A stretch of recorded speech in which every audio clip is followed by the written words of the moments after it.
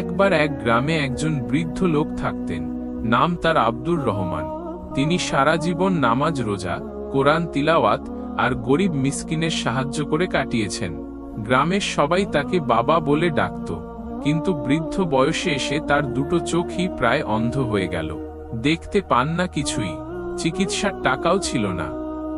একদিন মাগরিবের নামাজের পর মসজিদে বসে তিনি দোয়া করছিলেন। হঠাৎ এক যুবক এসে তার পাশে বসল। যুবকের নাম ছিল ইউসুফ। সে ছিল গ্রামের সবচেয়ে দুষ্টু, চুরি ডাকাতি, জুয়া মদ সবই করত। কেউ তার সাথে কথা বলতো না। ইউসুফ ফিসফিস করে বলল, বাবা, তুমি এত দোয়া করো, আল্লাহ কি সত্যিই শোনেন? তোমার চোখ তো ফিরে আসেনি। বৃদ্ধ হেসে বললেন, বেটা, আল্লাহ শোনেন, কিন্তু তিনি যা দেন তা আমাদের বোঝার আগেই দেন। ইউসুফ হেসে উঠল, তাহলে প্রমাণ দাও। আমি আজ রাতে চুরি করতে যাচ্ছি। যদি আল্লাহ আমাকে ধরিয়ে দেন, তাহলে আমি সারা জীবন নামাজ পড়ব। বৃদ্ধ চুপ করে রইলেন। সেই রাতে ইউসুফ এক বড় ব্যবসায়ীর বাড়িতে চুরি করতে গেল। ঘরে ঢুকেই দেখে বাক্স ভর্তি সোনার মোহর।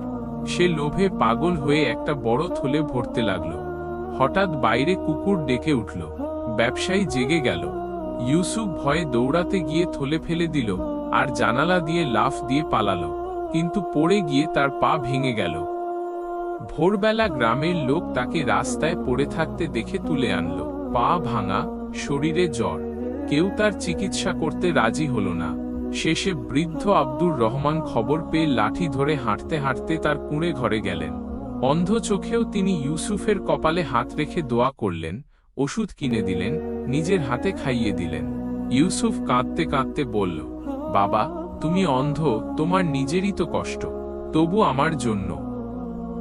বৃদ্ধ হেসে বললেন, আমি অন্ধ বলেই তো আল্লাহ আমাকে দেখতে শিখিয়েছেন। যে চোখে শুধু দুনিয়া দেখি সে চোখ অন্ধ, আর যে চোখে আল্লাহকে দেখি সে চোখ কখনো অন্ধ হয় না। ইউসুফের চোখে পানি এলো। সে বৃদ্ধের হাত চুম্বন করে কাঁদতে কাঁদতে তওবা করল। সেই থেকে সে নামাজ পড়তে শুরু করল, গরিবদের সাহায্য করতে লাগল। কয়েক মাস পর এক অদ্ভুত ঘটনা ঘটল। এক বিদেশি ডাক্তার গ্রামে এলেন চোখের ক্যাম্প করতে।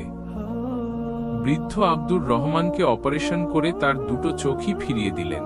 যেদিন ব্যান্ডেজ খোলা হলো, প্রথম যাকে তিনি দেখলেন সামনে দাঁড়িয়ে কাঁদছে ইউসুফ। বৃদ্ধ হেসে বললেন, দেখলি বেটা, আল্লাহ দেরিতে হলেও দেন, আর যখন দেন দুজনকেই একসাথে দেন।